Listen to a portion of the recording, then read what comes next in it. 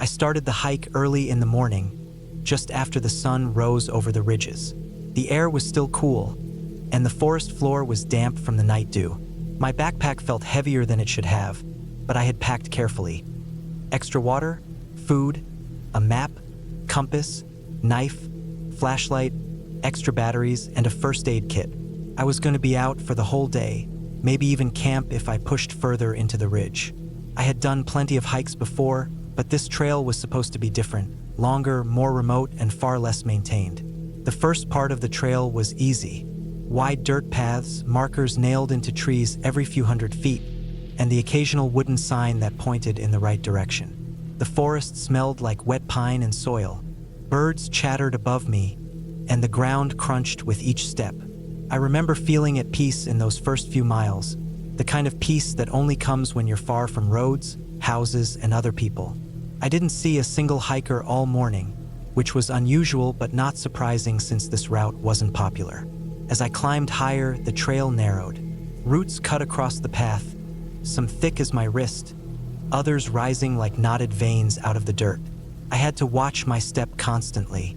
The incline grew steeper, and soon I was sweating hard, pausing every so often to sip water and check my map. Everything seemed to line up with where I thought I was. After about 4 hours, I reached a ridge that looked down into a deep valley. The view stretched for miles, endless folds of forested hills. I stood there for a while, catching my breath and eating a granola bar. The sun was bright, but I noticed shadows already lengthening. Time always moved differently in the woods. I checked my watch and saw it was just past noon. From that point, the trail wasn't as clear. Fallen branches and overgrown brush made me slow down. I kept checking for blazes on the trees, but sometimes they were faded or gone altogether. Still, I pressed on, trusting the general direction the ridgeline provided. I must have gone another hour before I realized something felt wrong. The trail markers had vanished. I stopped, turned in a slow circle, and couldn't see any clear path behind me either. Everything looked the same: green walls of trees, thick undergrowth, moss-covered rocks. I told myself not to panic. I pulled out the map and compass, trying to orient myself. The sun's position helped, but in dense forest, it's easy to be wrong. I decided to keep moving east, figuring I'd eventually hit the main trail again. The terrain grew rougher. I had to scramble over boulders and push through thorny brush that clawed at my arms. At one point, I slipped on a wet rock and skinned my palm, leaving a smear of blood on the stone. I cleaned it with water, but the sting stayed. I kept moving, feeling the unease grow heavier with each step. Hours passed. I checked my watch again and saw it was nearing 4 p.m. My stomach growled, so I stopped to eat some jerky and drink more water. I had plenty, but if I didn't find my way back soon, I'd be forced to ration. I tried whistling, just to break the silence, but the sound felt swallowed by the trees. No response, no echo, nothing. When I started again, I noticed the forest changing. The trees grew denser, taller, with less sunlight breaking through. The ground turned soggy, patches of mud sucking at my boots. I cursed under my breath every time I had to yank my foot free. My socks were soaked, and blisters started to form. By the time the sun began to sink, I had to accept the truth. I was lost. I pulled out my flashlight even though it wasn't fully dark yet. The shadows stretched long between the trees, and every sound seemed sharper. Cracks of branches, the faint rustle of something in the brush, my own labored breathing. I scanned the ground for a flat spot to set up my small emergency shelter. I found a clearing near a cluster of rocks. It wasn't perfect, but it was flat enough to sleep on. I cleared away sticks and laid down my tarp. I ate a small meal, drank sparingly, and sat in the dim light of my flashlight as night fell. The forest came alive with noises: crickets, frogs, and the occasional distant snap that made my stomach knot. I tried to calm myself, reminding myself that animals were out there too. Nothing more. Sleep didn't come easy. Every time I closed my eyes, I'd hear something. Footsteps maybe, or just the shifting of branches in the wind. At one point, I swore I heard something breathing near me, but when I snapped the light in that direction, all I saw were trees. My heart pounded so hard I felt it in my throat. I lay there, clutching the knife I kept at my side, until exhaustion finally pulled me under. When I woke, the sky was gray. My body was stiff and cold. I packed up quickly, eager to keep moving. I decided to follow a small stream I had found near the clearing. Streams usually lead to rivers, and rivers often lead to trails or roads. It was the best chance I had. The stream wound through the forest, twisting and doubling back, but I stuck with it. The water was cold and clear, so I refilled my bottles. I followed it for hours, clambering over logs and slippery rocks, pushing through dense underbrush. My legs ached, and every muscle in my back screamed under the weight of the pack. Around midday, I noticed prints in the mud along the bank. At first, I thought they were deer, but then I saw shoe treads. My chest leapt with hope. Someone else had been here. Maybe the prints were old, maybe not, but it meant I wasn't as deep in nowhere as I feared. I followed them eagerly, but they faded after a while, washed out by rain or trampled by animals. The stream eventually split. I chose the left branch, which looked wider, hoping it would lead somewhere. But as the hours stretched on, the woods grew even darker.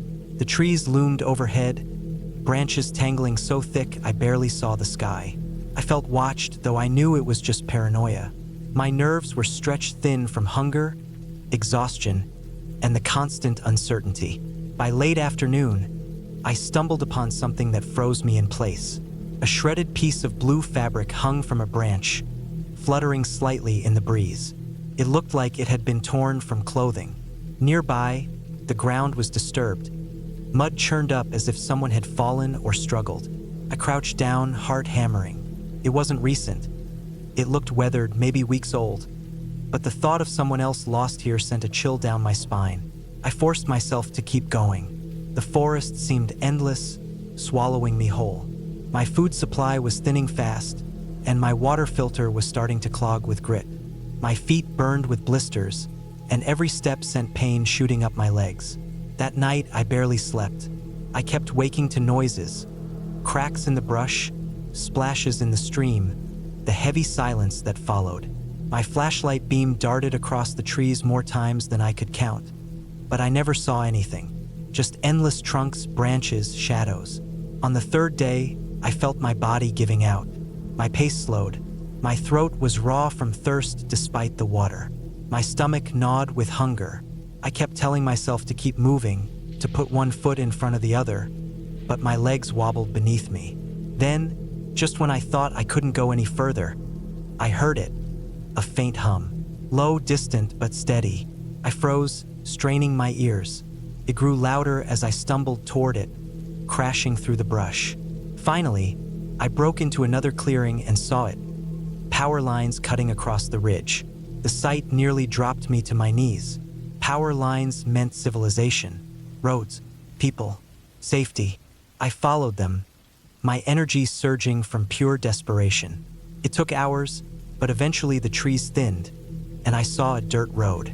I stumbled onto it, tears in my eyes, and kept walking until, at last, I saw a parked truck. I collapsed beside it, too weak to call out. But within an hour, a man came down the road and found me. He helped me, gave me water, and drove me back to town. I never felt relief so heavy in my life. The fear, the hunger, the endless woods pressing in from all sides. It all fell away when I knew I was safe. I had been lost for 3 full days, but it felt like weeks. Even now, I think about those woods. The way the silence pressed down, the way every tree looked the same, the way the dark seemed alive. I learned the hard way that losing the trail isn't just an inconvenience. It's a fight for your life, and I'll never hike alone again.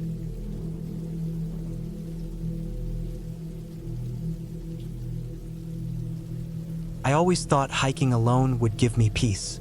It was supposed to be quiet, simple, and calming, just me and the woods. I planned this trip for weeks, studied the trail map, packed my bag carefully, and checked the weather every day before leaving. Everything looked fine. It was late summer, warm but not too hot, and the forecast showed clear skies with a chance of rain in the late afternoon. I figured if I started early, I would be back before anything serious rolled in.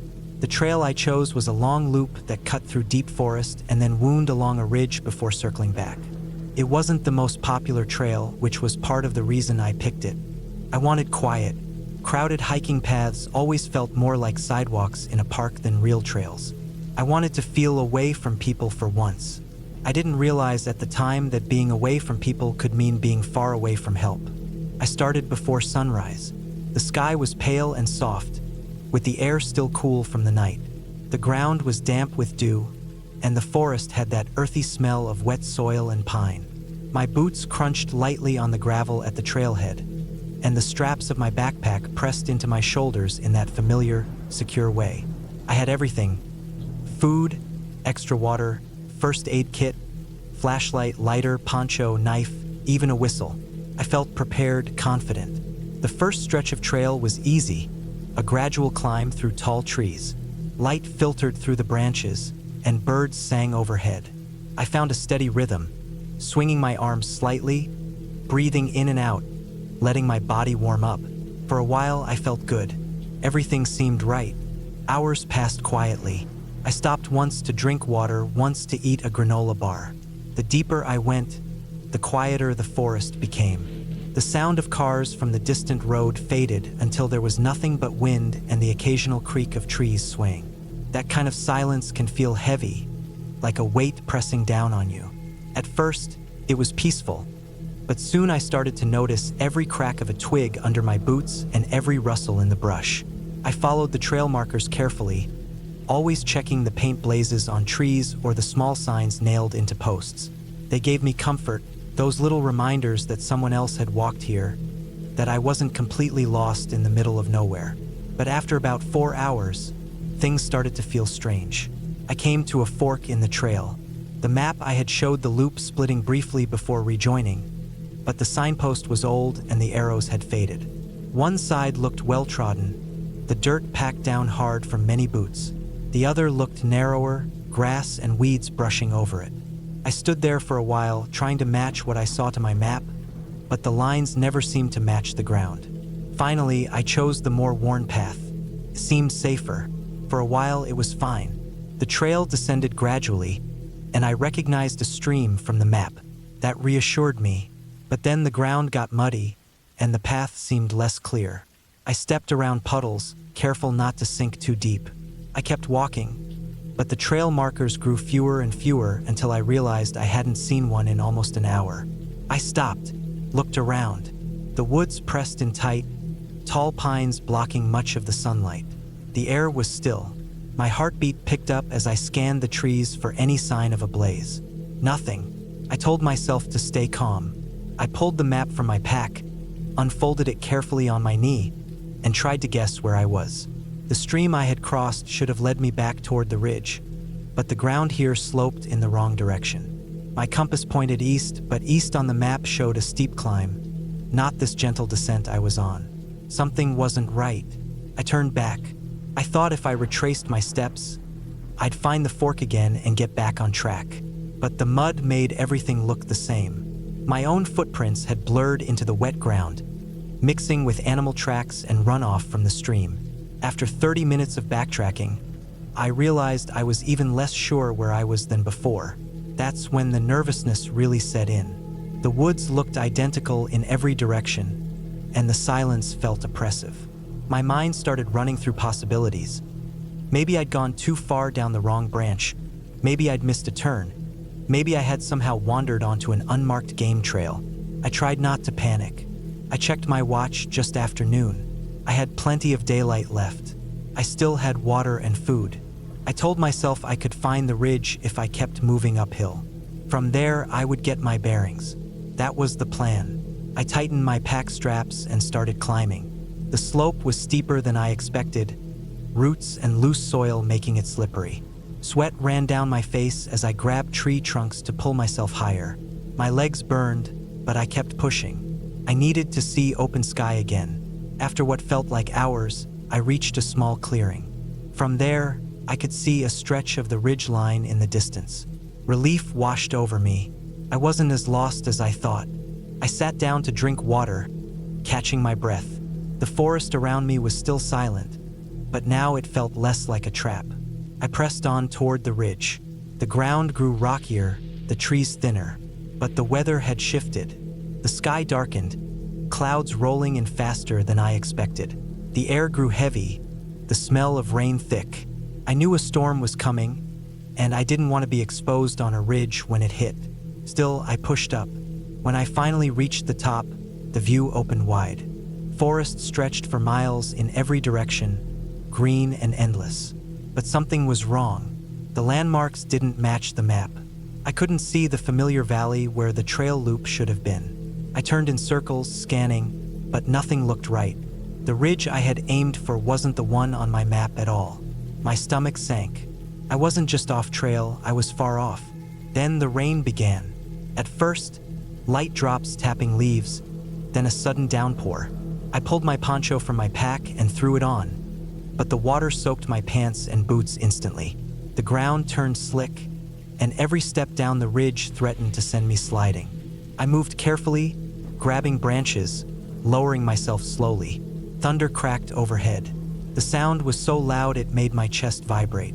Lightning lit up the sky, flashing through the trees. I knew I had to get lower, away from the ridge. Being up high during a storm was dangerous. I half slid, half stumbled down into the forest again. Water streamed over rocks, pooling in low spots. My boots squelched with every step. The poncho stuck to my arms and chest, hot and suffocating despite the rain. By late afternoon, the storm passed, but the forest was soaked. Fog drifted through the trees, thick and ghostly. Everything was dripping, and my body ached from climbing and slipping. I checked my map again, but it was damp and smudged, harder to read. That was when I realized I had another problem. My phone, sealed in a plastic bag in my pack, had no signal. Not even one bar. I wasn't surprised, but the finality of it hit hard. I was alone. No one knew exactly where I was. The sun was lowering fast, shadows stretching long. I had to think about shelter. I wasn't going to make it back to the trailhead before dark. I scanned for a dry spot, maybe an overhang or dense trees. Finally, I found a cluster of boulders with a gap beneath them. It wasn't much, but it was dry. I set down my pack, spread my emergency blanket on the ground, and sat with my back against the rock. I ate a protein bar, drank carefully from my bottle.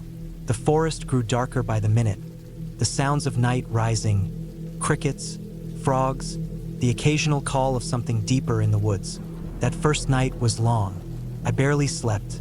Every sound made me jump. Branches snapped somewhere nearby, and I imagined animals moving through the dark. I gripped my knife tight in my hand, the blade small but comforting. My legs cramped from sitting on the hard ground, and the blanket crinkled loudly every time I shifted. I counted the hours until dawn. When the first pale light came through the trees, relief flooded me. I stood, stretched my aching muscles, and repacked my gear. I told myself today would be better. I would find the real trail. I picked a direction I thought would lead toward the main loop and started walking. I tried to keep my steps steady, checking the sun's position to keep myself on track. For hours, I moved through forest that never seemed to change. Then I noticed something that froze me. A tree with a strip of orange tape tied around its trunk. My chest tightened with relief. Trail marker. I hurried toward it, scanning the trees for more. But after that one, there were none. Just a lone piece of tape, faded and curling. I couldn't tell if it was an old survey marker, a hunter's tag, or part of a forgotten trail. Still, it gave me hope. I kept moving in that direction. The forest grew thicker, brush clawing at my pants. Sweat soaked my back, and my water bottle grew lighter. I rationed each sip, knowing I'd have to find a stream soon. My stomach growled, but I saved my food, only nibbling here and there. By late afternoon,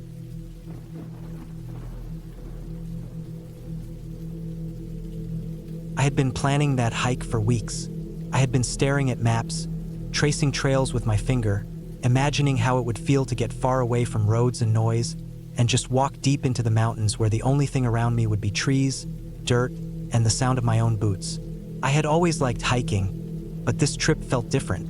I wanted to push myself farther than I had before, to see if I could handle being alone in the wilderness for a few days without anyone else around. I picked a trail in a mountain range that was about 5 hours from my house. It wasn't the most popular spot, which was one of the reasons I chose it. I had read online that not many people hiked the longer sections of it because the terrain was rough and some of the climbs were steep. That sounded exactly like what I wanted. I wanted something that felt like it belonged to me for those few days, not a crowded path with people stopping every few minutes to take pictures. I packed my bag carefully the night before. I went over every item twice: tent, sleeping bag, food, stove, fuel, knife, water filter, map, compass, extra batteries, first aid kit, and an emergency blanket. I stuffed in extra socks and an extra shirt, knowing how quickly things can get uncomfortable when clothes are wet or dirty. I weighed my pack when I was done, and it came out heavy, but not too heavy for me to handle. I woke up early in the morning, loaded my pack into the car, and drove out while it was still dark. The highway was almost empty, and by the time I reached the small town near the trailhead, the sun was rising. The sky was clear, and the forecast had promised 3 straight days of calm weather. It felt like everything was lining up perfectly. When I reached the parking lot, there were only 3 other cars. That gave me the feeling I had been hoping for: solitude. I parked in the corner, checked my gear one more time, and locked the car. The trail started as a narrow dirt path leading into the trees, and I felt a rush of excitement as I stepped into the shadows of the forest and let the sound of the road fade behind me. The first few hours were easy. The trail was well-worn, and the slope was gentle. My pack felt heavy at first, but after a while I adjusted, and my body settled into the rhythm of the climb. The air smelled of pine and damp earth, and every now and then a bird would dart across the path. I stopped for water breaks but didn't linger long. I wanted to cover as much ground as I could before the afternoon. By midday, the trail grew steeper. The trees thinned a little, and I could see patches of sky above. The sun was bright, and I felt the sweat running down my back. I forced myself to take it slow, to keep my pace steady instead of burning myself out. I thought about how far I wanted to go before setting up camp, and I settled on reaching a small clearing I had marked on my map. It was near a creek, which meant I wouldn't have to worry about water for cooking. As the afternoon stretched on, I noticed something that unsettled me. The trail markings, which had been easy to follow earlier, seemed to grow faint.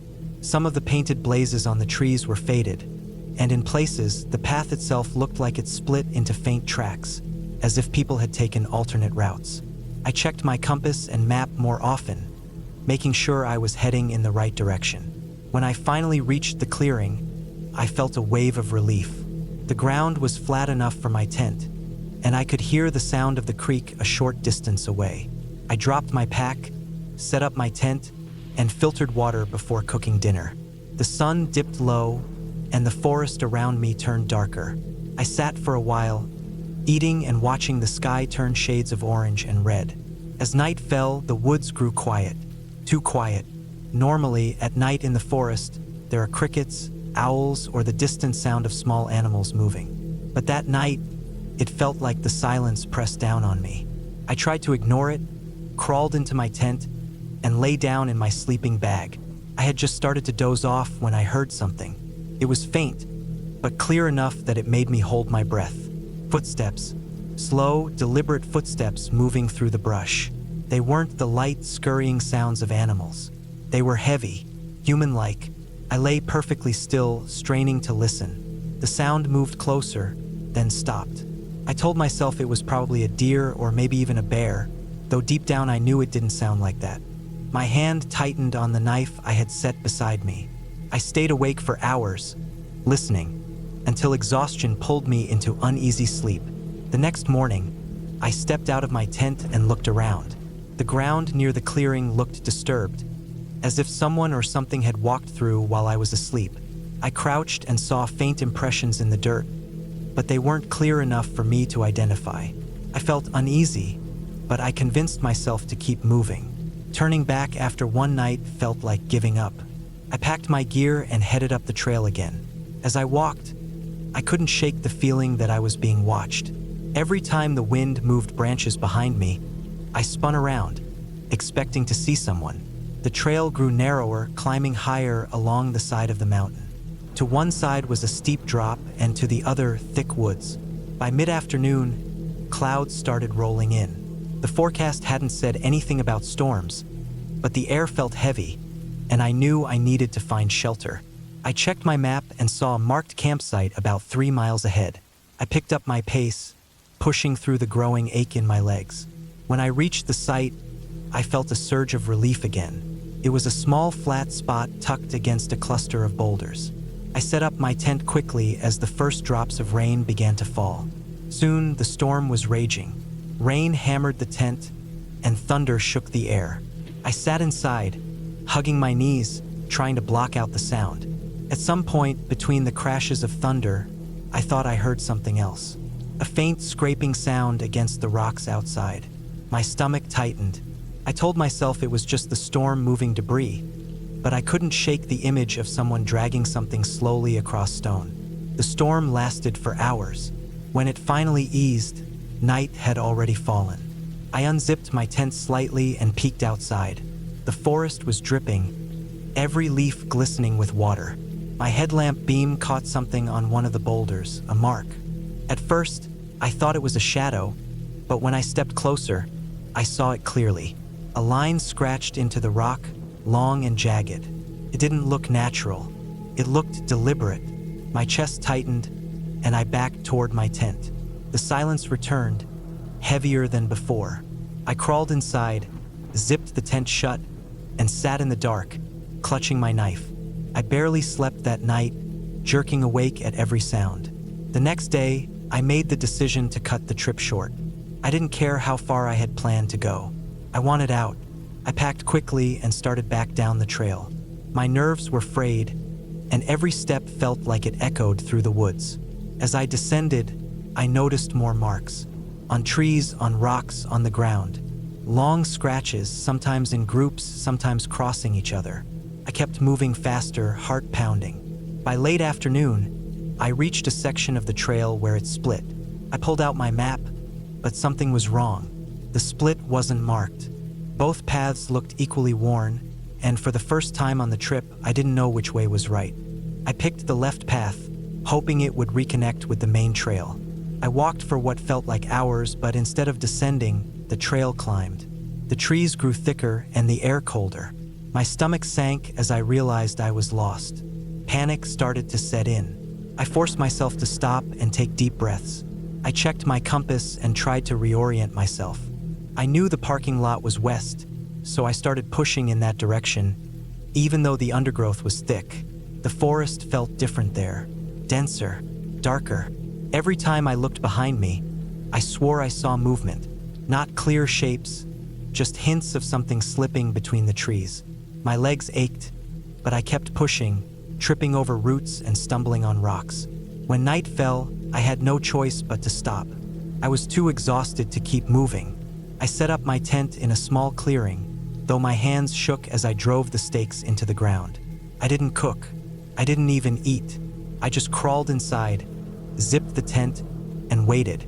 The sounds started again. Footsteps circling, stopping, starting again. At one point, something brushed against the side of my tent, making the fabric ripple. I didn't move. I didn't breathe. I don't know how I made it through that night, but when dawn came, I packed up and kept moving west. I didn't stop for breaks. I barely drank water. I just kept going. By midday, I heard something that nearly made me collapse with relief. The faint sound of a river. I pushed through the trees and found it wide and rushing. I knew the trail ran near the river farther down, so I decided to follow it.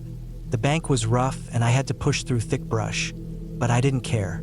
I walked for hours and finally, I saw a shape in the distance. A wooden bridge. The trail. When I stepped back onto the path, I felt like crying. My legs were shaking, and every muscle in my body screamed.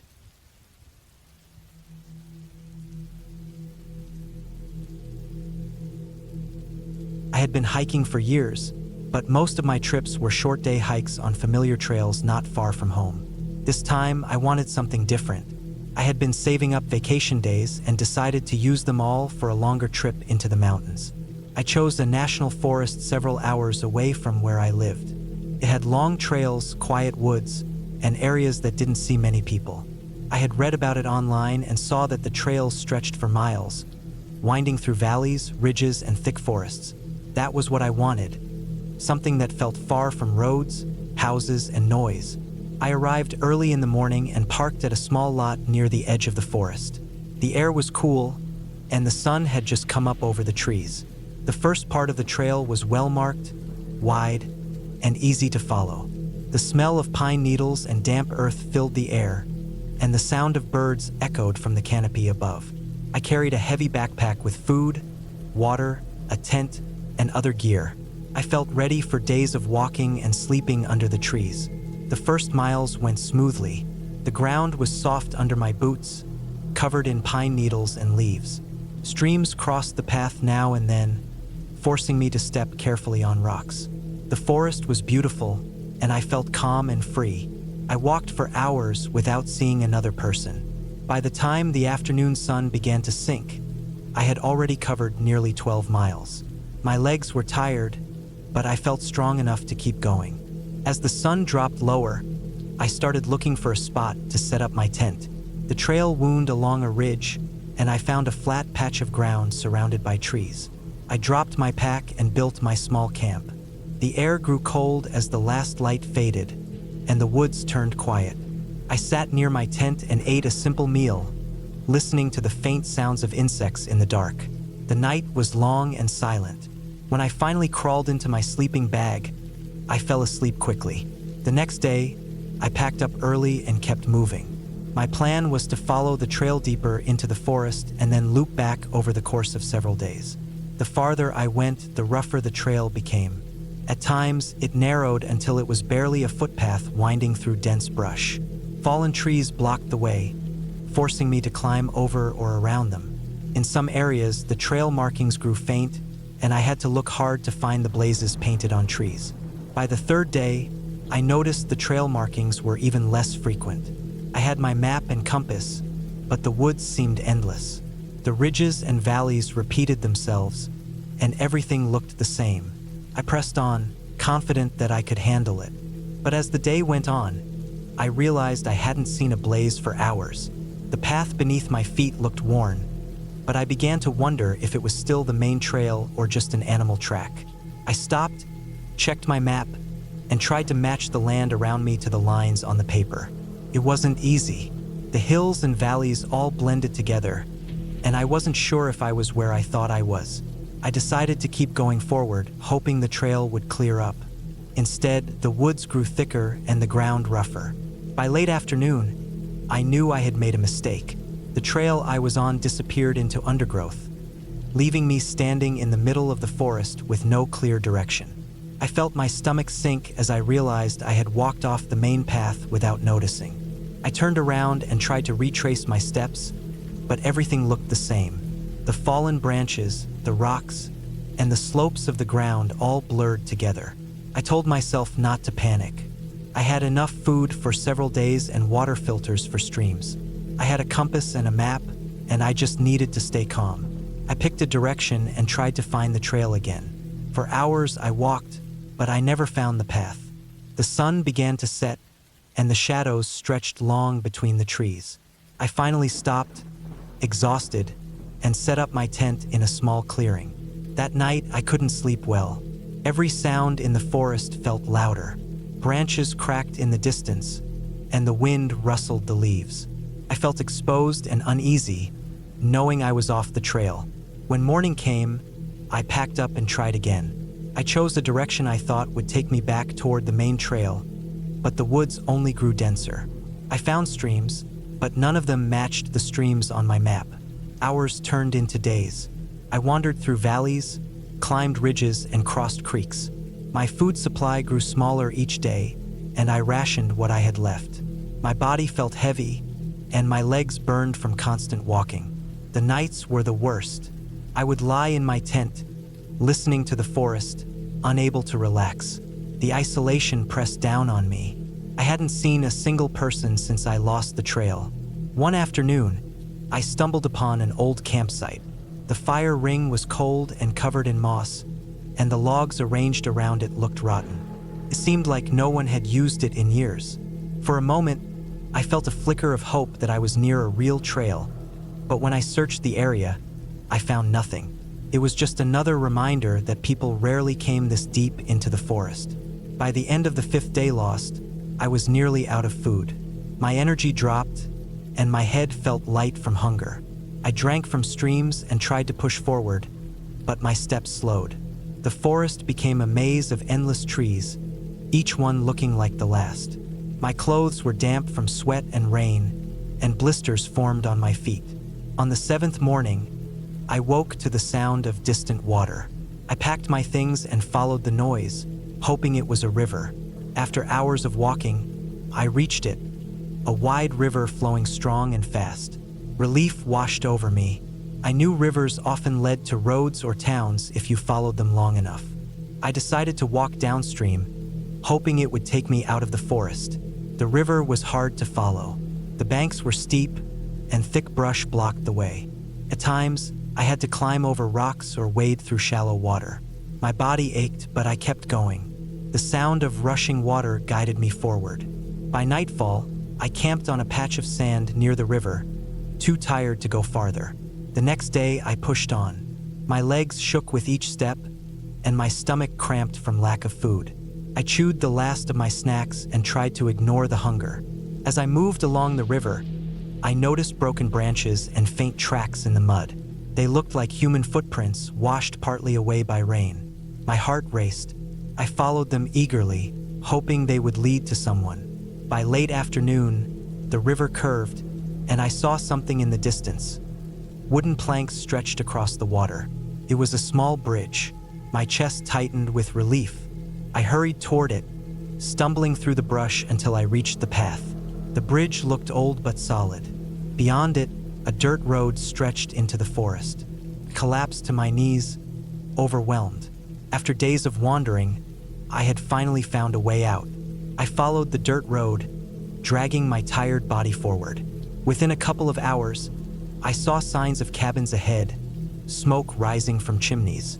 People lived here. When I finally stepped out of the forest and onto the edge of the small community, I knew I was safe. My body was weak, but my mind felt clear again. I had survived. The days of fear, hunger, and endless woods were behind me. The experience left a mark on me. I had gone into the forest thinking I was prepared, but I had learned how quickly things could turn dangerous. I knew now that trails could disappear, maps could be confusing, and confidence could fade when you were alone in the wild. The memory of wandering without direction, of the silence pressing in, and of nights spent listening to the dark will always stay with me. I walked out alive, but I would never forget how close I came to not finding my way out at all.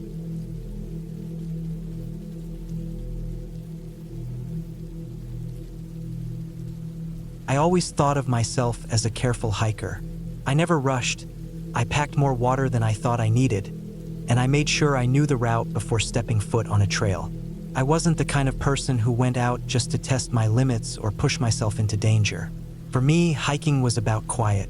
It was about the steady rhythm of walking, the feel of dirt under my boots, and the way the air felt cooler the deeper you went into the woods. That summer, I had taken a week off work with no real plan. I wanted to be away from people and noise, and my idea of escape was simple. Find a long trail, follow it, and spend a few nights under the trees before heading back. The area I chose was in a national forest I had never been to before. The trail map showed a loop that stretched nearly 20 miles, weaving through ridges, valleys, and thick forest before circling back near the road where I had parked. It wasn't remote by wilderness standards, but it was quiet enough that once you were a few miles in, you were alone. The first day went the way I wanted. My backpack was heavy, but I trained my legs with smaller hikes for weeks, so I felt strong. The forest was alive with cicadas and the occasional bird, but otherwise it was the kind of silence that presses against your ears. The trail itself was narrow and uneven, carved into the slope of hills where one side dropped sharply down into trees. I moved at a slow pace, watching my footing, stopping now and then to sip from my water bottle. By the time the sun lowered behind the hills, I had set up my tent in a small clearing not far from a stream. I ate a simple meal, washed my face in the cold water, and crawled into my sleeping bag. The night passed without trouble. A few rustles in the bushes woke me here and there, but that was expected. In the woods, you learn quickly not to panic at every sound. The second day was harder. The trail climbed steeply, and the air grew heavy with heat. My shirt clung to my back, sweat dripped into my eyes, and every step felt heavier. I had planned my water carefully, but by noon I had gone through more than I expected. The map showed another stream a few miles ahead, so I pressed on, my tongue sticking to the roof of my mouth. When I finally found the stream, it was smaller than I imagined, barely trickling between rocks. I crouched down, filtered what I could, and drank until my stomach felt tight. The taste of fresh water lifted me, but I knew I had to ration better. I filled both bottles and forced myself to move again. It was late afternoon when things started to feel wrong. The trail, which had been clear and easy to follow, began to fade. Fallen branches lay across it, weeds pushed up through cracks in the dirt, and the blazes on the trees grew faint. I checked the map more than once, tracing the curves with my finger, convincing myself I was still on track. The problem was that everything looked the same. Thick green trees, uneven ground, and slopes that made it hard to see far ahead. I told myself it was fine. Trails always looked different than the map made them seem. As long as I kept following what seemed like the main path, I would come out on the other side. That confidence lasted until I reached a fork. There were no signs, no markers, just two faint trails leading into opposite directions. I stopped, pulled the map again, and tried to match it with what I saw. The paper didn't help. It showed a single curve, not a fork. I stood there for a long time, sweat running down my face, my stomach tightening with unease. Finally, I chose the left path. It looked slightly more worn, as if more boots had passed over it. I convinced myself that was the logical choice. I walked for what felt like hours. The slope went down, then up again, winding so much I lost track of where the sun was. I kept glancing over my shoulder, half expecting to see the fork again, but it never came. My legs ached, and the straps of my backpack dug into my shoulders. When I stopped to rest, I realized I had barely eaten all day. My stomach growled, but I didn't feel hungry, just tired. That night, I camped in a small hollow beside a fallen log. The air felt still, thicker somehow. I cooked some instant noodles, ate them without much taste, and lay in my tent listening to every crack of wood or rustle of leaves outside. My body wanted sleep, but my mind stayed awake. Something about being off course made me feel exposed. The third day started with heavy fog. The air was damp, and visibility was poor. The trail beneath my boots had nearly vanished. I walked slowly, trying to spot any sign that I was still on a real path, but more often than not, I was guessing. At one point, I realized I hadn't seen a blaze on a tree in half a day. My throat went dry despite the water in my bottle. I forced myself to stay calm. I still had food. I still had water. I had a compass, and I knew the general direction of the road where I had started. If I kept moving west, eventually I would find my way back. But the forest doesn't make things easy. Slopes forced me in directions I didn't want to go. Thick underbrush slowed me down. Every step felt like I was sinking deeper into a maze. My compass needle pointed steadily, but the land itself twisted me around until I felt like I was walking in circles. By evening, my body was shaking with exhaustion. I set up camp on uneven ground, barely able to get the tent stakes into the dirt. My food supply was shrinking faster than I wanted to admit. I chewed a granola bar, forcing myself to swallow even as my stomach clenched with stress. That night was worse than the others. I woke to the sound of snapping branches not far from my tent. My heart pounded and I froze, listening. Whatever it was moved slowly, crunching leaves, then stopping, then moving again. I lay still for what felt like hours, gripping my knife in the dark, my throat tight with fear. Eventually, the sounds faded, and I must have drifted into restless sleep. The fourth day broke me. My legs felt heavy, and blisters had formed on my heels. My socks were damp, rubbing raw skin until each step burned. My lips were cracked, and my skin felt tight from the sun. I drank less water than I wanted, saving it, stretching it, but the heat pressed down hard. At one point, I stumbled into a patch of thorn bushes. The thorns ripped my pants and scratched my legs until blood trickled down. I cursed under my breath, pulled myself free, and kept going. The sting of the cuts mixed with the sweat until it felt like fire. By afternoon, I realized I hadn't seen the stream I had been counting on. My map, damp with sweat and dirt, was nearly unreadable. My compass was my only guide, but even it felt like a cruel joke now. I pushed on, my mind drifting into a haze. When I finally dropped my pack and collapsed that night, I felt hollow. I forced myself to eat a small handful of trail mix and sip a mouthful of water. My body begged for more, but I couldn't give it. I needed to stretch what I had left. Lying in my tent, I thought of home. I pictured the tap in my kitchen, the simple act of turning it and watching water pour out. I thought of my bed, soft and warm, a place where fear didn't creep in with every sound. My chest tightened, and I fought the wave of panic threatening to take me. On the 5th day, I stopped following any idea of a trail. I moved west, pushing through brush, climbing over logs, scraping my arms on branches. My legs shook with every step, but I refused to stop. I had to believe I was getting closer to the road. Late that afternoon, I heard it. A faint hum, low at first, then clearer. The sound of a car engine. My heart jumped. I froze, straining my ears. The noise faded, then returned. Somewhere ahead, beyond the trees, there was a road. I dropped my pack, too heavy to carry another step, and stumbled toward the sound. Branches whipped my face, rocks twisted under my boots, but I didn't care. I pushed through until the trees thinned, and suddenly, there it was, a narrow road cutting through the forest. I stumbled out, my legs shaking, my clothes torn and filthy. The sun was sinking, painting the sky orange. A car passed, slowing as the driver spotted me. I must have looked like I had crawled out of the earth itself. Relief hit me so hard I nearly fell to my knees. I was safe. The days of fear, hunger, and exhaustion were behind me. The forest had swallowed me, twisted me around, tried to break me, but I had made it out. I never went back to that trail. Even now, years later, the memory sits heavy in my chest. The woods are quiet, yes, but that quiet can turn on you. One wrong turn, one faded marker, and the place that feels like peace becomes a cage. And once you're inside, it takes everything you have to find the way out again.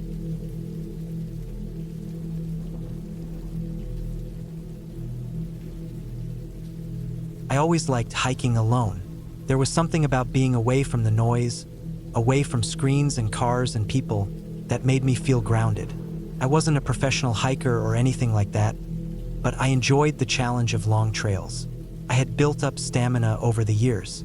Usually, I went out for day hikes, sometimes overnights, but never anything extreme. What mattered to me was the quiet, the rhythm of walking, and the sense of being small inside something so much larger. The trip I'm about to describe still sticks with me. It wasn't the longest hike I had ever taken, and it wasn't in the most dangerous place in the world, but it left a mark on me in a way I can't shake. It was supposed to be a simple day hike that I had planned out while looking over maps online. The trail wasn't remote by national park standards, but it was far enough outside of town that I knew I'd be alone for most of it. That was what I wanted. I packed my bag with water, snacks, a small first aid kit, a headlamp, and a map. I wasn't the kind of person who relied fully on a phone for navigation because I had learned how quickly a battery could die when you needed it most. The morning was clear, a little cool, with a thin mist burning off the trees as the sun rose higher. The trailhead wasn't marked with much, just a small gravel pull-off with a faded wooden sign nailed to a post. I parked my car there, tightened the straps on my backpack, and started up the path. The dirt trail was firm under my boots, with roots twisting across the ground in places and patches of moss covering rocks. The woods were alive with sound, birds calling, branches swaying lightly in the breeze, the distant sound of water trickling down somewhere in the valley.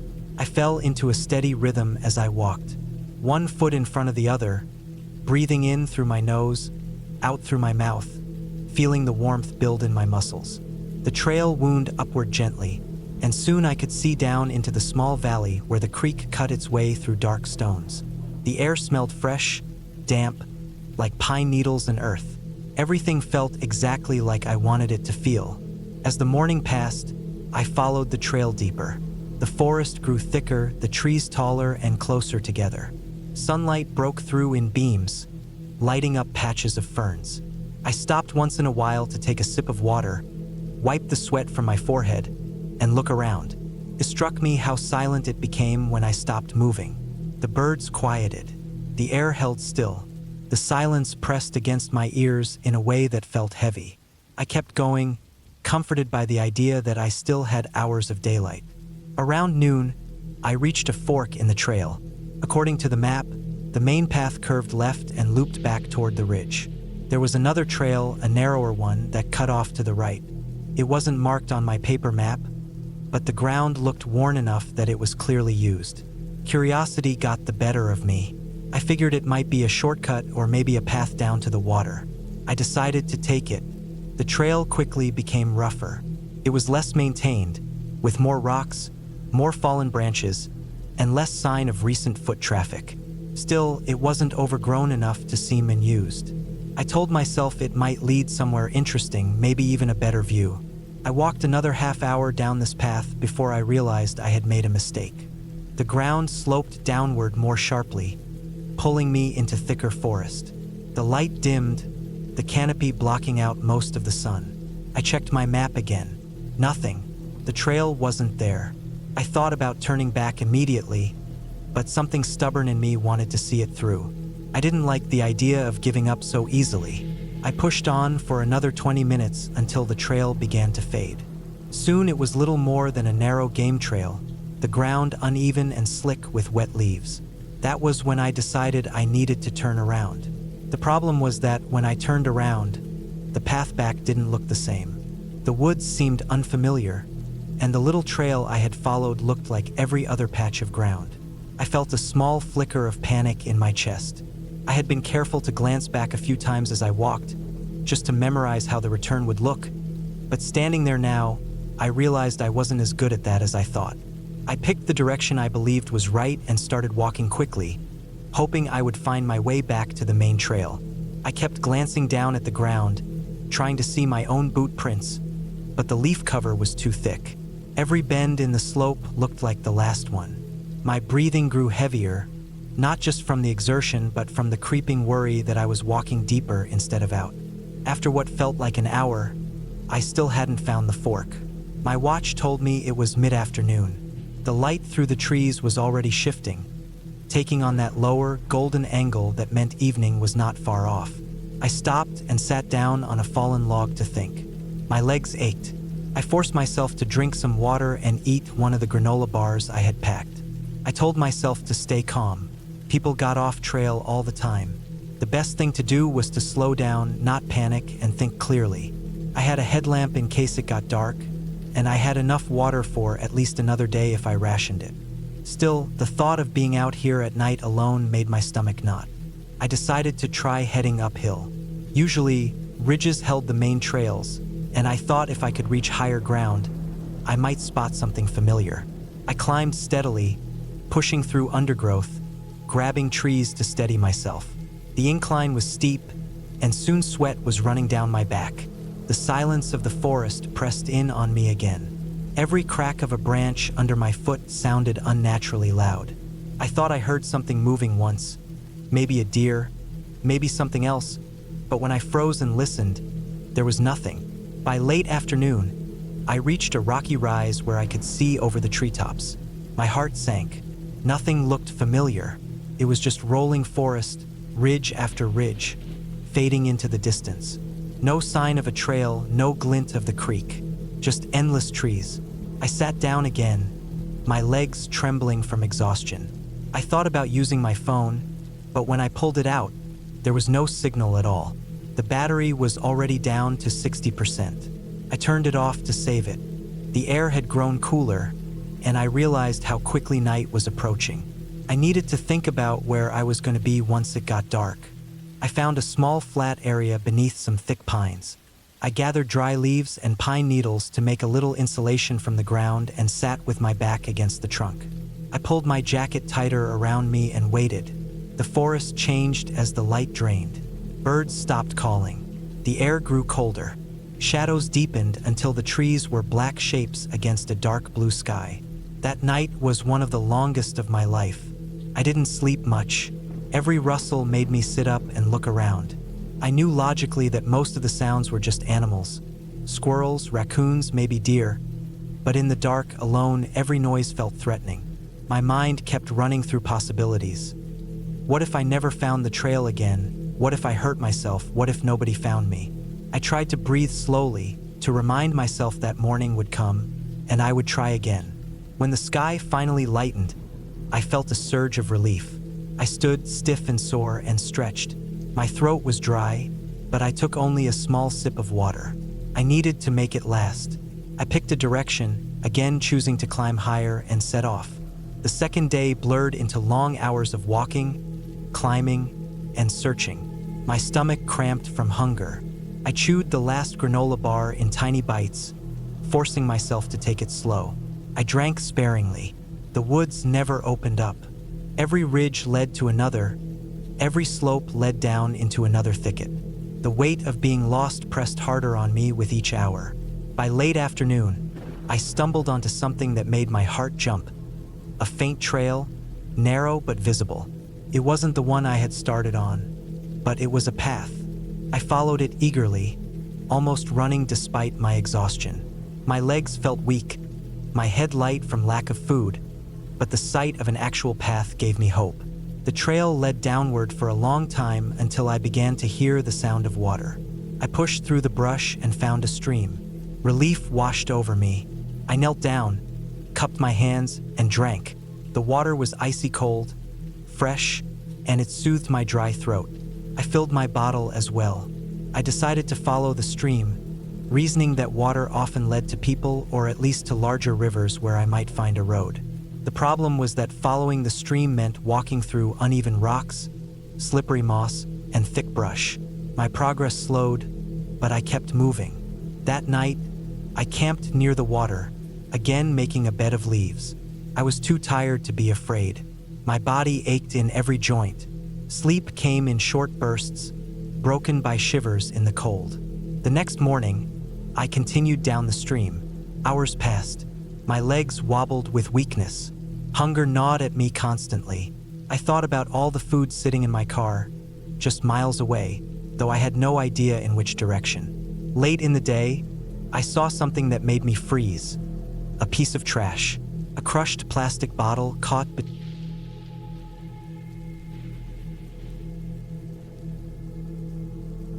I had been planning a long solo hiking trip for months. I wanted to push myself and see how far I could go alone. I had always liked the outdoors, but most of my hikes were day trips or weekend outings. This time I wanted something more. I chose a remote stretch of mountain trail that was supposed to be challenging but not impossible. It passed through dense forest, up high ridges, and along a series of lakes before looping back down into the valley. It was the kind of trail that didn't get much traffic, especially on weekdays, which was exactly why I picked it. I wanted the quiet. I started out early in the morning carrying a heavy pack. I had food for several days, a small tent, water filters, extra clothes, and a map. My plan was to hike deep into the trail, camp by one of the lakes, and then make my way around the loop. The first few miles went smoothly. The air was cool, and the forest smelled damp and earthy. Birds darted between the trees, and the sound of water trickled from somewhere down below. I felt calm, strong, and confident, like this was exactly where I was meant to be. The trail began climbing after the first few miles. The slope wasn't steep, but the steady uphill made me sweat. My pack rubbed against my shoulders, and I adjusted the straps a few times. The forest thickened, and sunlight barely broke through the tall trees. It was beautiful, but it also had a heavy feeling, like the woods were swallowing me whole. I saw no other hikers, no signs of people. The ground was damp, and I noticed prints in the mud. some deer, some smaller animals, but also something that looked like boot tracks, old and washed out. By midday, I reached a clearing with a view of the mountains. The ridge I had to cross looked farther and higher than I had imagined when planning. The peaks were jagged, and thin clouds dragged across them like smoke. I ate a quick snack and pressed on. The climb became harder. Rocks replaced soft forest ground, and the trail was sometimes no more than a thin line scratched across the slope. My legs ached and I had to stop more often. The silence here was heavy. I could hear my own breathing and the occasional clatter of a loose stone under my boots, but nothing else. No wind, no birds, no bugs. It was as if the higher I climbed, the more life disappeared. I made it to the top of the ridge by late afternoon. The view was wide and empty. Forest rolled out below, and a narrow ribbon of trail snaked down into it. Far off, I could see a glimmer of a lake. That was where I planned to spend the night. I started down, legs shaking from the steep descent. The downhill was worse than the climb. The trail cut across loose gravel, and a slip could send me tumbling. My knees burned with every step. At one point, I lost my footing and slid a few feet before catching myself. Dust coated my hands and filled my mouth. I felt my nerves growing tighter with each step. When I finally reached the bottom, I was deep in forest again. The light had changed to evening, soft and dim. The air was cooler here, and dampness clung to everything. I found the lake just as the sun dropped behind the trees. Its surface was flat and dark, like a sheet of black glass. I set up camp quickly. The silence of the lake pressed in around me. No frogs, no insects, not even the ripple of fish. I ate cold food because I was too tired to start a fire. My muscles ached, and every sound of my movements seemed too loud. After crawling into my tent, I lay awake longer than I expected, listening to the deep quiet. I thought I heard faint cracks in the forest, like something stepping on twigs, but I told myself it was just branches falling or small animals moving. Eventually, exhaustion pulled me under. I woke in the night to a sharp noise. My eyes opened wide in the darkness of the tent. At first, I couldn't tell if I had dreamed it. Then I heard it again, a single, crisp snap, like someone breaking a stick nearby. I held my breath. My heart pounded so hard I thought it might burst through my chest. The sound came again, then silence. Minutes dragged by. I forced myself not to move, not to even breathe loudly. After what felt like forever, I heard nothing more. Sleep never came back fully. I dozed in and out, jumping awake at the smallest sound. By morning, I felt drained.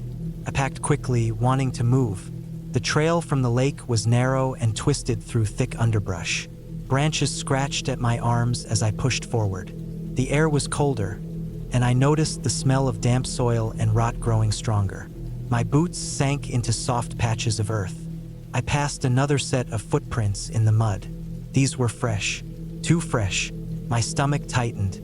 I hadn't seen another person since starting, but clearly someone else had come through recently. The trail rose again, winding into darker forest. My legs burned, and sweat ran down my back, but I didn't stop much. Something about the stillness made me want to keep moving. At one point, I turned sharply on the path and thought I saw movement behind me, a flash of dark shape between the trees. I froze, staring, but nothing moved again. My skin prickled, and I forced myself to continue. Hours passed, and I felt more and more uneasy. The woods here were different, closer, heavier, almost suffocating. The air was thick and sound didn't travel right. Even my own steps seemed muffled. By afternoon, I came to a small stream cutting across the trail. The water was cold and fast. I knelt to refill my bottle, keeping my eyes on the trees. As I crouched, I noticed something upstream. A torn piece of fabric caught on a branch, dark blue, ragged.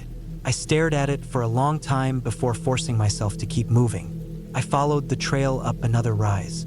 My legs shook with exhaustion, but I pushed on. The trees thinned a little, and I saw another lake below, this one smaller and ringed with thick reeds. I decided I would stop there for the night, though it was earlier than I planned. I felt worn down and uneasy, and I didn't want to push myself past my limit. As I got closer to the lake, I saw signs of disturbance. Broken branches, pressed down grass, and in one muddy spot, more prints. Some looked like boots, others barefoot, smaller, messy. My throat went dry. I couldn't shake the feeling I wasn't supposed to be here. I set up camp again, though every motion felt tense. I kept glancing around, scanning the trees.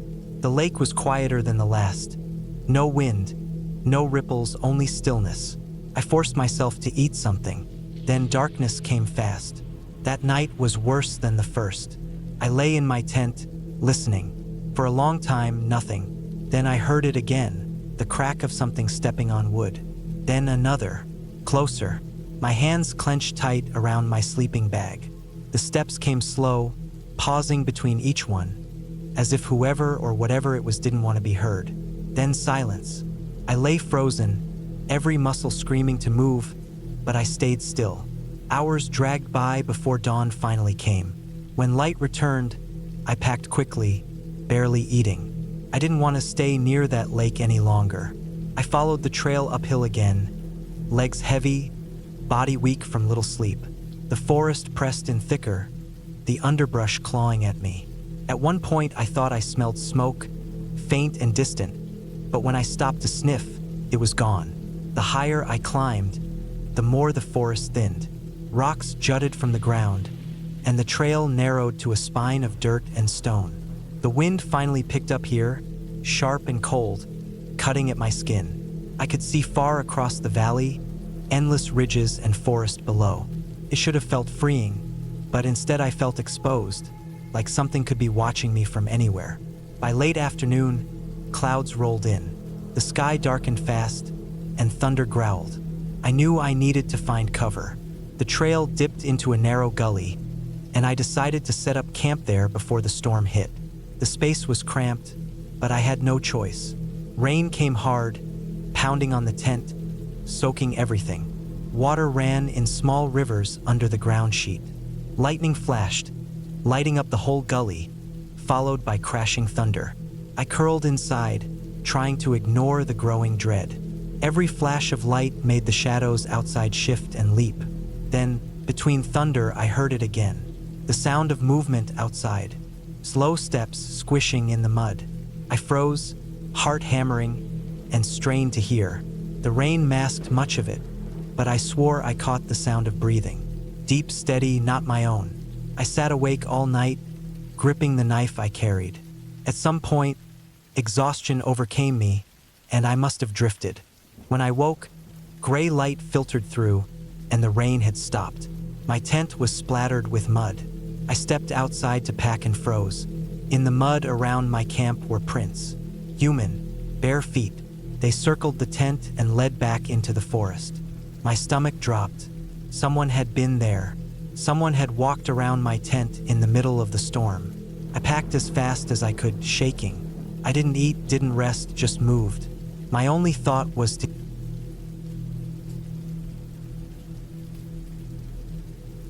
I started the hike later than I should have. It was early autumn, and the days were shorter than I had been used to during the summer. I knew the air would turn cold quickly once the sun dipped behind the mountains, but I convinced myself I would be fine. The weather forecast had called for clear skies, and I had hiked the area before, though not the exact trail I was taking that day. I told myself I would push through and make it back before dark. The trail I chose was marked on the map as a ridge route that looped back down into the valley. It wasn't the longest trail in the area, but it was more remote than the popular ones, and that appealed to me. I liked the idea of not running into anyone, of hearing nothing but the crunch of my boots and the sound of the wind moving through the trees. I packed light. A day pack with some water, a few snacks, a flashlight, a small first aid kit, and an extra layer in case it got chilly. I thought that was enough. I didn't bring my full camping gear or a sleeping bag because I had no intention of staying out past sundown. The first few miles were easy. The path wound through pine forest, and the smell of the trees was sharp and clean. Fallen needles softened the ground under my feet, and birds flitted from branch to branch. The air was cool but comfortable. I moved steadily, enjoying the rhythm of walking uphill, the way the trees parted occasionally to reveal glimpses of the valley below. As I climbed higher, the trail narrowed, twisting across rocky ground. The pines grew thinner, replaced by shrubs and patches of grass. The sky opened up, pale blue and cloudless. I stopped a few times to drink water and rest, but I didn't linger long. The slope ahead of me looked steep, and I wanted to reach the top before the sun began its descent. The ridge itself was beautiful but exposed. From up there, I could see for miles in every direction. The forest spread out in a green carpet far below, and beyond that were other ridges and peaks stretching toward the horizon. The wind was stronger at that height, pulling at my jacket and carrying a faint chill. I ate a snack while standing at the edge of the ridge, staring out at the endless expanse. It felt quiet, too quiet, like the kind of silence that presses down on you and makes you more aware of every sound your body makes. After a few minutes, I decided to keep moving. The map I had studied earlier showed that the trail would follow the ridge for a while before curving back down into the valley. I figured if I kept a good pace, I would have no trouble finishing before dusk. But the trail wasn't as clear as I expected. In some places, the dirt path faded into rock, and I had to search for the markers nailed to the occasional tree or painted onto stones. The ridge twisted and dipped, and at times I wasn't entirely sure if I was still on the correct route. I told myself it was fine, that I just needed to keep heading in the general direction of the valley. Then I noticed the first sign of trouble. The sun had shifted lower than I realized. The light had that late afternoon quality, stretched thin and golden. Shadows lengthened across the ground, and the wind carried a sharper edge. I checked my watch, and the time startled me. Somehow the climb had taken longer than I thought. I picked up my pace, but the trail seemed to grow less certain the further I went. At one point, I came to a section where the path split in two. There were no signs, no markers. One route dipped steeply down the side of the ridge, and the other continued along the top. I hesitated, trying to remember the shape of the trail on the map, but I couldn't be sure. I chose the downward path, assuming it would lead me back into the valley faster. It was a mistake. The trail descended quickly, but then it faded into loose rock and scrub. I kept going, thinking it would reconnect with another path, but soon I realized I was bushwhacking through uneven terrain with no clear direction. When I finally stopped and looked around, I couldn't see any sign of the original trail behind me. The sun slipped lower, and the temperature dropped. A thin layer of sweat cooled on my back, making me shiver. I pulled on my extra layer and tried to stay calm. I wasn't lost, I told myself. I just needed to retrace my steps and find the ridge again. But when I climbed back up the slope, everything looked different. The rocks and bushes blended together, and I couldn't pick out the route I had taken down. I tried moving to higher ground, thinking I could spot the ridge trail from above, but the terrain grew steeper, rougher. Loose stones slid under my boots, and thorny branches clawed at my sleeves. Every step felt like it carried me deeper into confusion. By the time I finally admitted I was lost, the sun had already touched the horizon. The sky turned orange and then pink, and the shadows deepened into dark blue. The forest below the ridge looked like a dark sea, unbroken and impenetrable. I pulled out my flashlight, testing the beam. It worked, but the small circle of light it cast only made the growing darkness around me feel heavier. I thought about continuing downhill, figuring that if I kept moving toward the valley, I would eventually hit a road or another trail. But the slope was treacherous in the fading light, and I worried about injuring myself. With daylight gone, even a twisted ankle could mean real danger. The wind picked up as night fell, cutting through the trees with a low whistle. My stomach tightened with hunger, but I only had a couple of granola bars left, and I didn't want to eat them all at once. I chewed one slowly, washing it down with sips of water. The taste was dry and unsatisfying, but it was something. As the last light drained from the sky, I realized how unprepared I was. I had no sleeping bag, no fire-starting gear, nothing to keep me truly warm once the night deepened. I crouched near a cluster of rocks to block some of the wind and tried to think. My flashlight beam swept across the landscape, catching on gnarled branches and uneven ground. Every shadow looked like something waiting, though I knew it was only the forest. Time passed slowly. I checked my watch often, but the minutes seemed to crawl. The forest came alive with night sounds.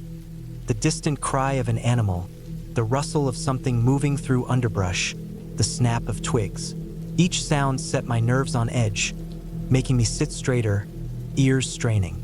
I told myself it was normal that animals avoided humans, but the thought didn't ease the tightness in my chest. At one point, I heard a sharp crack, like a branch snapping under weight, closer than before. I froze, holding my breath. My flashlight darted across the trees, but I saw nothing. The silence that followed was worse than the noise, heavy and watchful. I gripped the flashlight harder, feeling my palms sweat. I didn't sleep, couldn't. The cold seeped into my clothes, into my bones.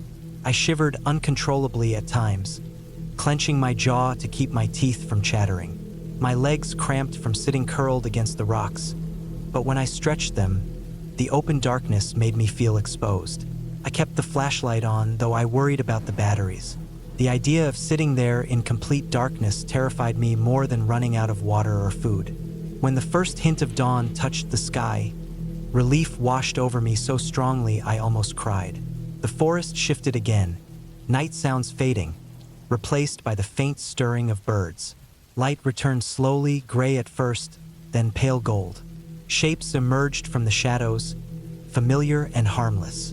I stood, stiff and exhausted, and looked around. The ridge loomed above, jagged against the brightening sky. I forced myself uphill, legs trembling from fatigue but driven by the need to find the trail. I scrambled over rocks, tore through brush, until finally, after what felt like hours, I stumbled onto a narrow path. It wasn't the exact place I had left the trail, but it was a trail nonetheless. Relief flooded me. I followed it carefully, keeping my eyes on every marker, every bend, until at last the ridge opened into a clearer route that descended toward the valley. The hike down was slow, every step deliberate. My body ached, my stomach gnawed with hunger, but I kept moving. When I finally saw the trailhead sign, standing solid and familiar, I almost collapsed. The parking area beyond was empty, but I didn't care. I was back. I had made it out. The lesson was burned into me. Never underestimate the mountains, never assume daylight will last, and never step onto a trail without being fully prepared for the possibility that you might not come back the same way you planned.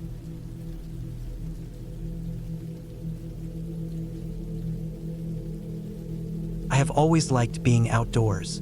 Hiking gave me a way to push myself, to test how far I could go, and to enjoy long stretches of quiet where there was nothing but my footsteps, the sound of wind through trees, and the steady rhythm of my breathing. I had done many hikes before, but I had never tried a long solo hike in a place that was known to be both challenging and risky.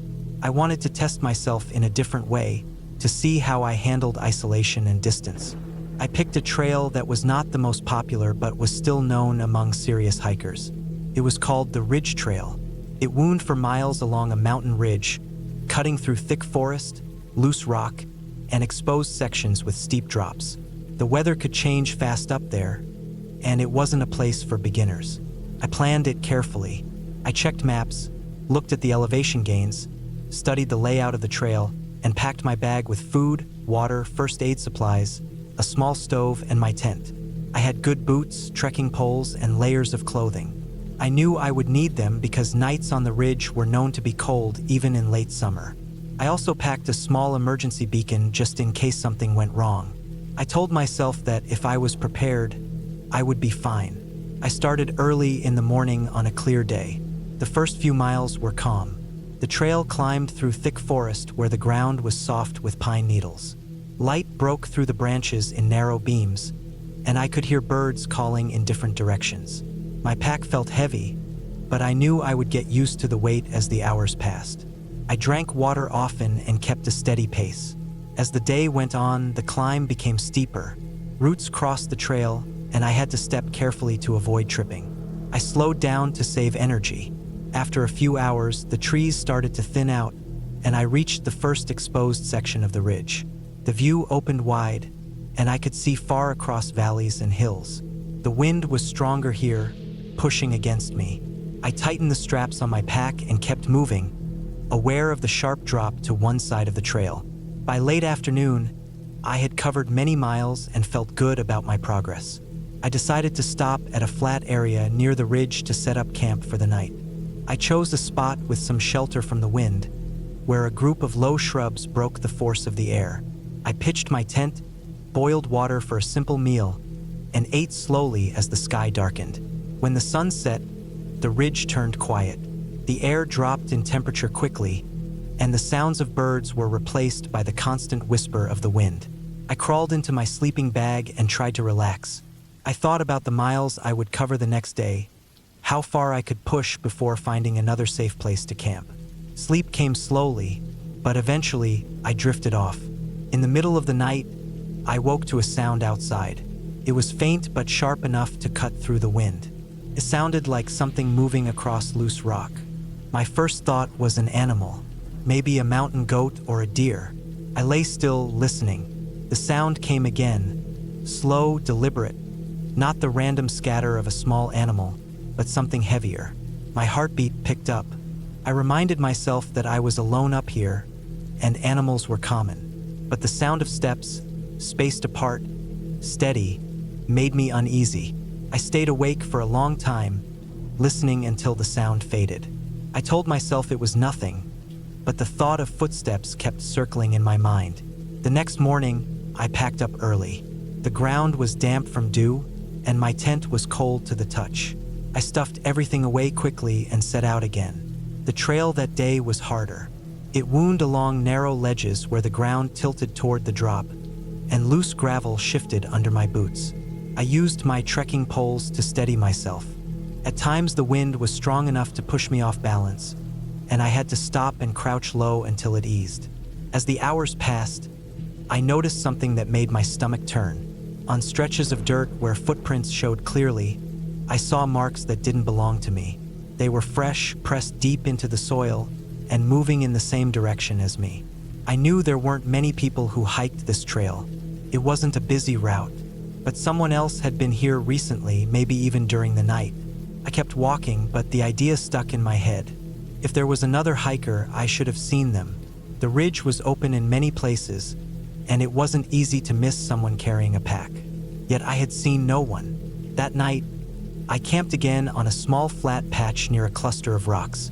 The view stretched out for miles, but the openness made me feel exposed. I ate quickly and settled into my tent. As darkness fell, the unease from the night before returned. I lay still, my ears tuned to every sound. The wind, the shifting of branches, the occasional clatter of small rocks moving down the slope. Then, faint but unmistakable, I heard it again. Steps. Slow, dragging, moving close but never too close. My mouth went dry. I wanted to believe it was an animal again, but my gut told me otherwise. It sounded too much like a person moving with caution. I gripped the handle of my trekking pole inside the tent, holding it like a weapon, though I knew it wouldn't do much. Hours passed before I finally drifted off to shallow sleep. The next day, I forced myself to cover more distance. I wanted to reach the lower section of the trail where it dipped back into forest. I felt safer in trees, where I was less visible. The ridge felt too open, too exposed, like someone could watch me from far away without me knowing. But as I hiked, I noticed more signs. A cigarette but near the edge of the trail, a broken branch that looked fresh, scuffed dirt where someone had slid a boot. Each time I told myself it could have been old, left by someone days before. But the more I saw, the harder it was to convince myself. By late afternoon, clouds began to build. The sky darkened fast, and thunder rumbled in the distance. I knew storms on the ridge were dangerous. There was no real shelter, just rocks and scrub. I pushed hard, my legs burning, until I found a small overhang of stone where I could take cover. Rain hit hard not long after, sheets of water blowing sideways in the wind. Lightning flashed, and thunder followed almost instantly. I crouched under the rock, pulling my pack close to me, waiting for it to pass. The storm lasted hours. By the time it eased, it was nearly dark. I didn't want to camp there, but I had no choice. The ground was soaked, and the wind was still sharp. I set my tent up in the damp soil and climbed inside, my clothes clinging wet to my skin. My body ached from the push I had made. That night was worse than the others. I heard the sound again, not just steps, but the faint scrape of something dragging.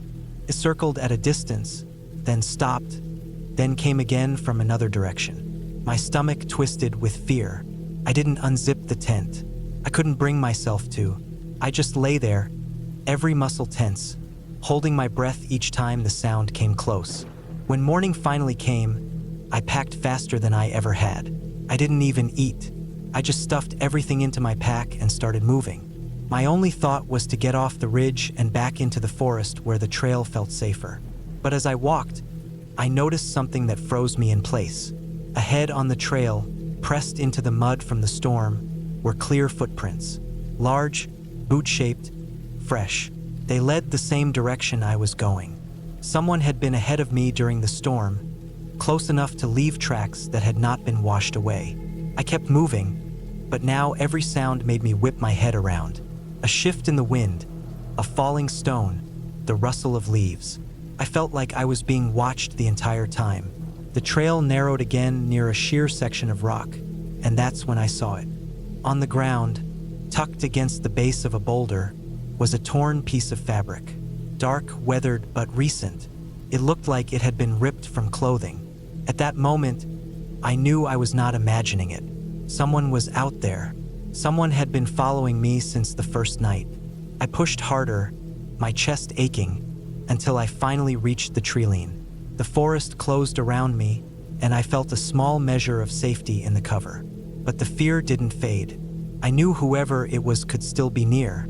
That night, in the forest, I didn't set up my tent. I just found a hollow space under thick trees, pulled my sleeping bag around me, and stayed awake most of the night. I heard sounds again. Twigs snapping, soft crunching footsteps. They came close, then drifted away. I left before sunrise the next morning, moving as fast as my legs would carry me. I didn't stop to rest, barely drank water, just pushed myself down the trail toward the end. My legs shook, my shoulders burned under the weight of my pack, but I didn't care. My only thought was to get out. When I finally saw the end of the trail, where it met the gravel parking area, my chest tightened with relief. My car sat there, untouched.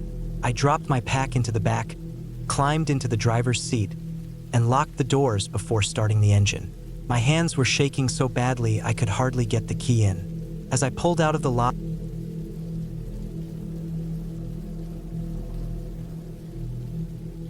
I had been planning the hike for weeks.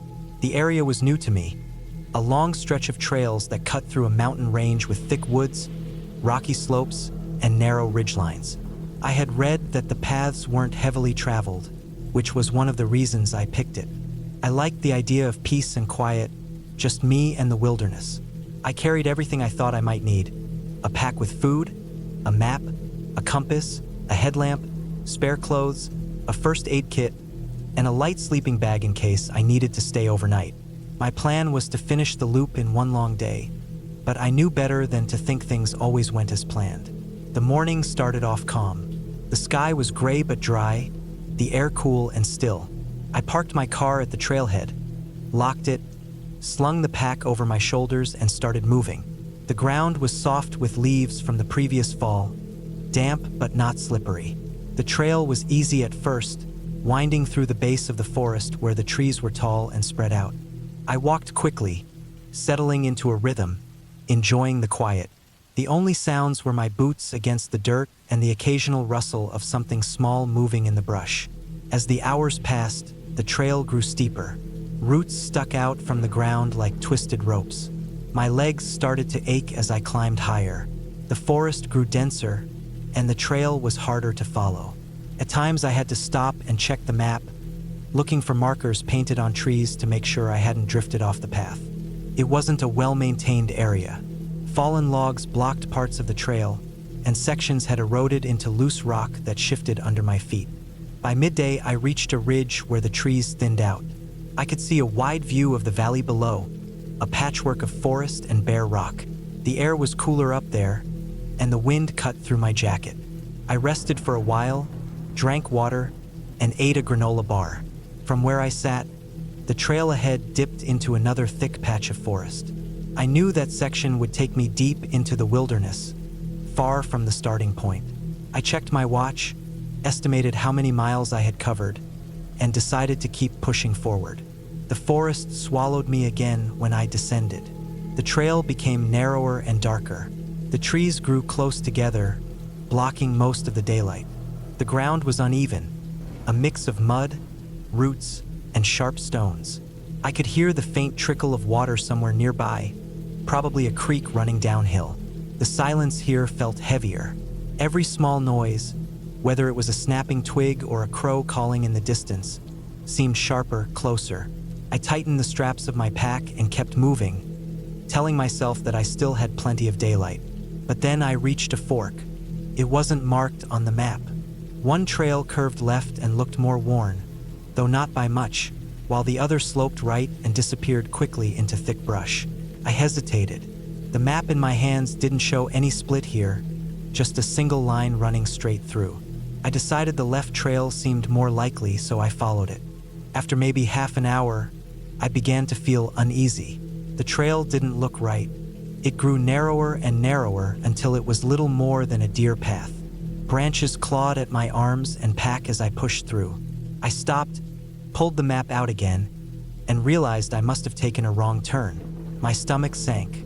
I knew it wasn't smart to keep following an unmarked trail, but turning back felt just as confusing. I told myself to stay calm, to retrace my steps carefully. I turned around and began heading back the way I thought I came. But after only a short walk, nothing looked familiar. The trees all seemed the same. I couldn't see the fork anymore. I tried to follow my boot prints in the mud, but the ground was too uneven and littered with leaves to leave a clear track. I stopped, adjusted the pack on my shoulders, and felt the first real wave of fear.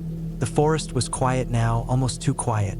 Even the small rustling noises I had heard earlier were gone. I pulled out my compass, checked the direction, and tried to orient myself with the map. If I kept heading west, I should have reconnected with the main trail. That was the plan, at least. I walked for what felt like an hour, but the forest only seemed to get denser. The ground dipped sharply downward, pulling me into a shallow ravine where the air was damp and heavy. I could see animal tracks in the mud, deer maybe, but no signs of people. My shirt clung to my back with sweat, even though the air was cool. The sun was starting to drop lower. Light filtered through the trees in long slants, turning gold at the edges. I checked my watch again and felt a knot of dread form in my chest. If I didn't find the trail soon, I'd be caught in the dark. I had a headlamp, but being lost in a forest at night was a different problem. I stopped to rest, leaning against a tree. My water bottle was half empty, and I forced myself to drink only a small sip. My stomach was tight with nerves, but I ate a handful of trail mix anyway, knowing I'd need the energy. When I started moving again, the forest seemed even darker. I could no longer tell which way was west because the sun was hidden behind thick branches. I checked the compass again, but doubt crept in. Was it still working right? I tapped it, shook it, stared at the needle, pointed the same way as before, but the longer I walked, the more uncertain I felt. The ground grew steeper again, pulling me uphill this time. I climbed slowly, legs burning, until I reached a small clearing. There, I finally saw something man-made. The remains of a fire pit, just a circle of stones with charred wood inside. My heart leapt with relief. It meant someone had camped there before, maybe not too long ago. But there were no trails leading away from it, just more trees. I circled the clearing, searching for footprints, gear, anything. Nothing, just the cold stones and silence. By the time I turned on my headlamp, the forest was black. The beam lit only a small circle in front of me, making the darkness beyond feel even heavier. I kept walking, but every step felt like I was going deeper into nowhere.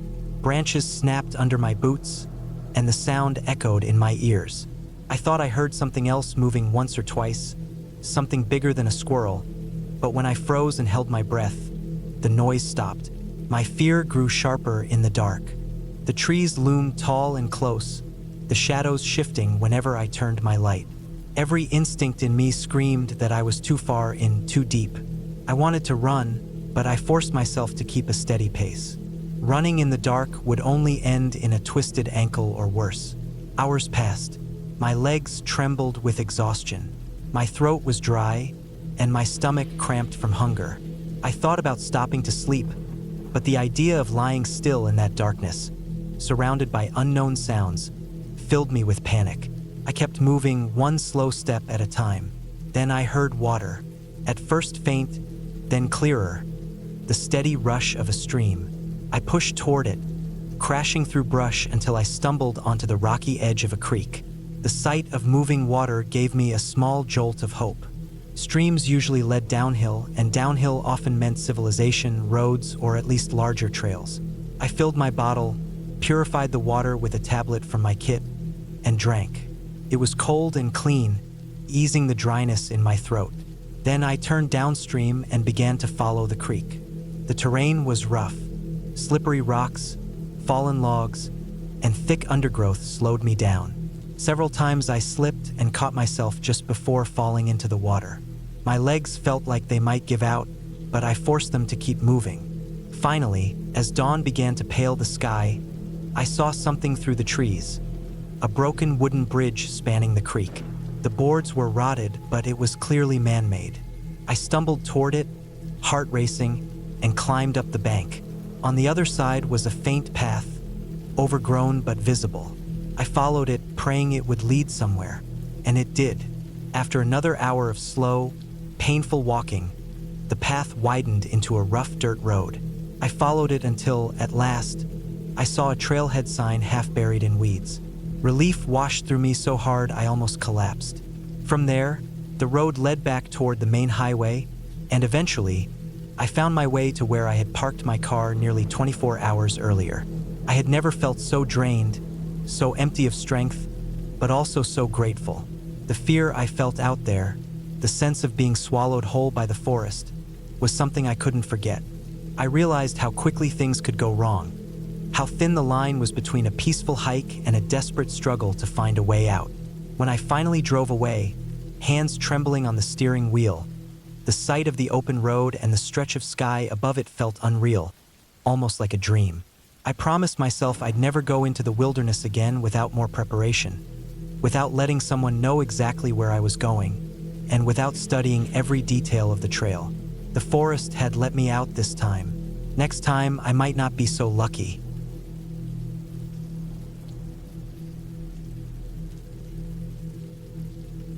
I had been planning that hike for weeks. I spent evenings going over maps, tracing lines of trails, and checking every detail I could find online about the mountain area I wanted to explore. It was early autumn, and the weather had started cooling down just enough that the air felt crisp in the mornings, but the afternoons were still warm. The forest would be quiet, the crowds gone, and the leaves starting to turn. I thought it was the perfect time to go. The trail I chose was not the most popular one. That was part of the reason I picked it. I liked the idea of being away from other people, out in the wilderness, with nothing but trees, rocks, and the sound of my own steps. I told myself I wanted peace, but there was also a part of me that wanted to test myself. I wanted to know if I could handle being out there, miles away from anyone else with only the gear I carried. I packed carefully. I brought a backpack, a sleeping bag, a tent, a water filter, food for 3 days, a headlamp, spare batteries, a knife, a lighter, and a few layers of clothing. I carried a map and a compass, though I also had my phone with GPS. I reminded myself not to rely only on the phone because the battery could die or there could be no signal. I felt ready. The morning I left, the air smelled damp, like rain had passed during the night. The ground was still soft, and my boots sank slightly into the soil as I walked from the small parking lot at the trailhead. There were only 2 other cars there, but I didn't see anyone. The forest felt empty, the kind of silence where every little sound, like the snap of a twig under my foot, seemed too loud. The first few miles went by easily. The trail wound through thick woods, with moss covering fallen logs and small streams crossing the path. I could hear birds calling, but not many. The air was cool, and I kept a steady pace, enjoying the rhythm of my footsteps. The ground was damp, but the trail was clear. I checked my map a few times, making sure I was still heading the right way. By midday, I had covered a good distance. The trees started thinning out, and the trail climbed higher. I could see glimpses of the valley below through breaks in the trees, a wide view of endless green stretching out to the horizon. It felt good, like I was really leaving everything behind. I ate a quick lunch sitting on a rock, a protein bar and some nuts, then kept moving. The higher I climbed, the more rocky the path became. The trees gave way to patches of bare stone, and the trail markers were harder to spot. I slowed down to check the map more often. The path wasn't as clear as I expected. By late afternoon, clouds had started building above the ridges. They were thick and dark, the kind that promised rain. I felt a small twist of worry, but told myself it wasn't a big deal. I had a tent and a rain jacket. Still, I picked up my pace, hoping to reach the spot I had marked on the map where I planned to camp. The air grew colder as the sun sank lower. The forest around me grew quieter, the way it does in the evening, when even the birds seemed to settle down. I felt the silence pressing in. My boots crunched on gravel and loose stone, and the sound seemed too sharp in the stillness. I pulled my jacket tighter around me. I reached the area where I thought I'd find a flat clearing for my tent, but when I got there, it wasn't as I remembered from the map. The ground was sloped, uneven, and rocky. I walked around, trying to find a decent spot, but the light was fading quickly. I felt rushed, uneasy, knowing I needed to set up camp before it got fully dark. I finally chose a small patch of ground between two boulders. It wasn't perfect, but it was the best I could find. I set up my tent as the first drops of rain began to fall. By the time I had my sleeping bag unrolled inside, the rain was steady, pattering against the fabric of the tent. The sound was constant, almost soothing at first, though I felt a knot in my stomach. Something about the place felt wrong. It was too exposed, too open. The boulders loomed on either side, and I couldn't shake the thought of something, or someone, moving out there in the dark. I ate a quick dinner of jerky and crackers inside the tent. I listened to the rain, trying to calm myself. The air grew colder, and I pulled the sleeping bag tight around me.